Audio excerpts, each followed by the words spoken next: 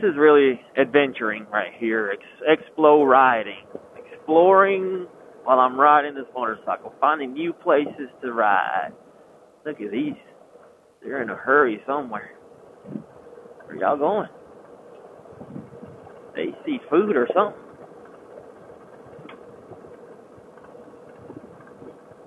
Oh, this poor Explorer has been on that jack for a while. Got a feeling that's where it's going to stay. And dual sporting, I don't know. There's so many. That was the discussion I wanted to have. Was the definition of overlanding, and we can discuss that with this dual sporting and adventure riding and Explo riding, and so many people have so many definitions. The other day I was watching. I got a Jeep now. If you hadn't seen. And I got it to be able to do basically this right here with my girlfriend. That's really the bottom line. I come out and bring her and do this with her, but, that part back there I wouldn't have done. And sometimes there's creeks and rivers that she gets off and gets wet. And she doesn't mind. She loves it, but I don't like making her get off just because I'm not sure of a creek crossing or river crossing. We're not going to dump all our electronics and stuff into water for what reason? What's just, whatever. Some people think differently. That's the way we think and I think. So anyway, bought a Jeep. So I've been watching. I bought it for the purpose of, being able to dual sport. If that's the way you think about it. To me, dual sporting is being able to ride on the dirt and being able to ride on pavement. Pavement and non-pavement, basically. That's the bottom line. That's dual sporting to me. To some people, dual sporting is getting into some really gnarly, nasty stuff. And to me, that's just dual sporting and taking it to the next level. I mean, what's your experience like? What kind of bike you're dual sporting on? And so, this is dual sporting to me. Overlanding, to me, consists of traveling a fair amount of distance, and that's all relative to what kind of person you are, and this is, to me, the point of what I'm saying now. Overlanding, you're traveling a decent distance. There's not a number, I don't think. And I'll use my trip the other day as an example. I wanted to travel from Alabama to South Carolina through Georgia, or whatever roads I could use, but from Alabama to South Carolina using nothing but dirt, as much as I could. Obviously, there's no way to do all dirt. And we mapped out a route using several different maps, different places, and different people's maps, and we came up with a route we felt was best and kept them up because we came up across 2 lock gates, so we had to make some adjustments, but all in all, it came out great. It took 2 days, and we traversed a whole state, crossing county after county after county, and town after town, and forest after forest, and to me, that was overlanding. We didn't camp out that night because we weren't ready. The Jeep was brand new. We're not set up in it yet. We're getting there. I ordered a whole tons of parts for camping and just to make that easier. But I still called it overlanding because we began where we stopped the day before, and we covered so much ground in 2 days. And we were off-road as much as possible. But I was watching a video of a guy who doesn't live too far from me. Don't know him. Hope to meet him. And he was doing some overlanding videos of his Jeep. And somebody made a remark, and I didn't feel like it was rude or uncalled for, but made a remark about him calling what they did that day overlanding. I'll get back with you in that in a second. Town they were in. So they were not off-road. They were not out in nature as we see it. And somebody remarked that that wasn't overlanding, that he needs to redefine what that is. Oh, yeah. And such forth.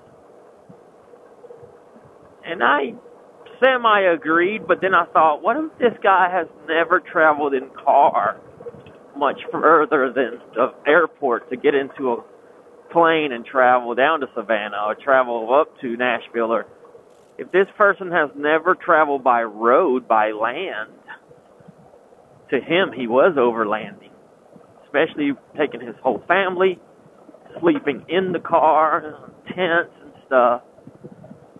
So, you know, it's a perspective thing. Some people say overlanding can only be over different countries. So here in America, we could never overland unless we went all the way to Mexico or Canada. I don't believe that. I don't think that's my definition. Again, I think my definition is traveling over land as much off pavement as possible through remote destinations. Through remote areas, and being almost self-sufficient in your vehicle. Whether you stay at a campground or stay out in the middle of nowhere, which is very hard to do here these days. You can go pretty primitive out here, but you're still in a park. You're still in a forest, so it's not like you're just parking on the side of the road and doing it, or in the middle of a field that you just drove up to in Kenya, you know, in the middle of the desert, some Sahara. So, you know, overlanding, I think, has some definitions to be had. The dictionary, the very definition of overland is just by land, travel by land.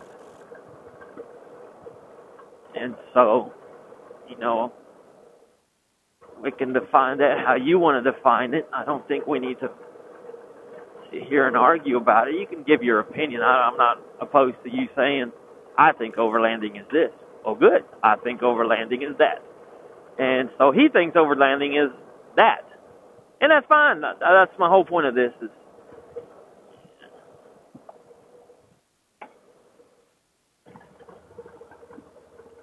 we all have different definitions, and I think we need to just respect each other more these days. Everybody just gets on YouTube to troll people.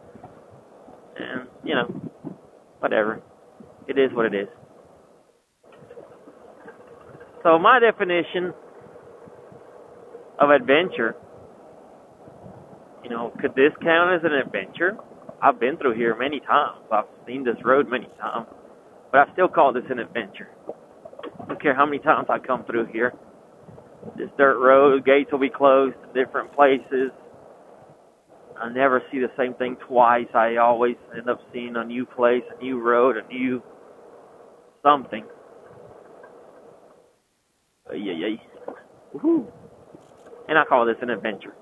For some people, this is boring. This is nothing. And so, you know, there we go again with perspective. This is my after-school adventure, my after-work adventure. And then Explo riding, which is not one I see a whole lot of. I would love to go down there, but let's go across the creek, then we'll come back. At least cross one creek today, if we don't get to the big boy today. Explo riding, to me, is when you go out riding with a certain... You could have a route, you could not. But every time you see a place you've never been, you take off and you go down that place. You check it out. And you're exploring new places you've never been. I don't feel like this is Explo riding today, as I know this area.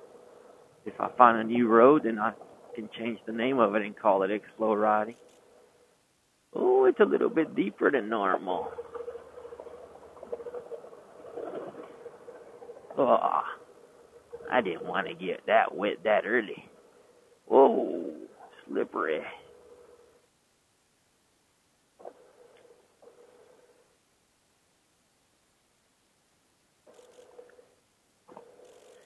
little wet.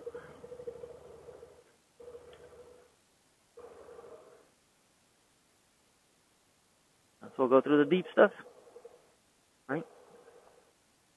Let's do it.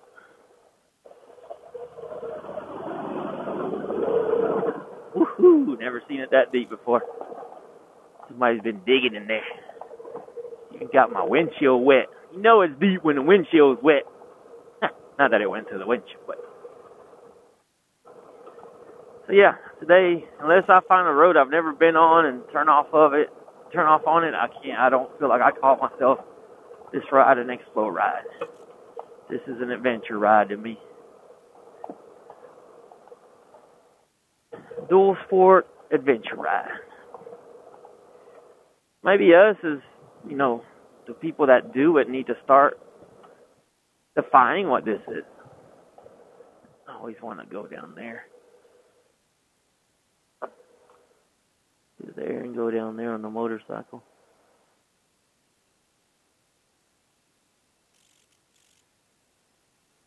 To me, that was an adventure. As a lot of those roads I've been on, but not all. But because we found new roads that we kind of just took off on and didn't plan it, could be called an X-Flow ride. Yeah. We had a great time. And I'm having a great time right now, just enjoying this. Enjoying the time, enjoying the hours, the daylight that we got, the extra daylight we got.